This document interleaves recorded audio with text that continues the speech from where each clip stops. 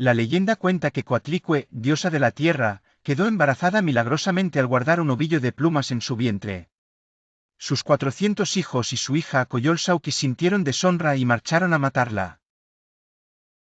Al llegar a la cima del cerro Coatepec, Huitzilopochtli nació adulto y armado, defendiendo y venciendo a sus hermanos.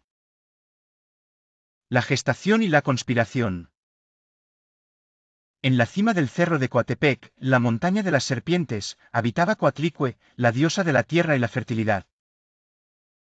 Un día, mientras barría los templos, una hermosa bola de plumas finas cayó del cielo.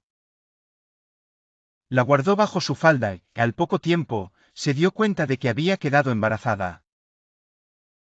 Al enterarse de esto, sus hijos, los Cenzohuitznaua, las 400 estrellas del sur, y su hija Coyolxauhqui, diosa de la luna, se enfurecieron. Avergonzados y sintiendo que su madre los había deshonrado, decidieron matarla. El nacimiento y la batalla en Coatepec. A medida que sus hijos subían la montaña armados para consumar el asesinato, Coatlicue se llenó de miedo.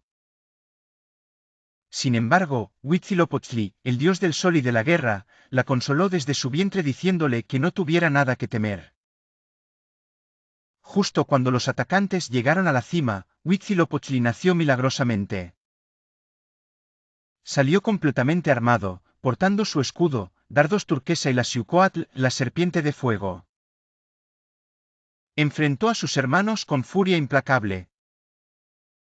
Derrotó y decapitó a Coyolxauhqui, arrojando su cuerpo despedazado por la ladera del cerro. Su cabeza quedó suspendida en el cielo, convirtiéndose en la luna.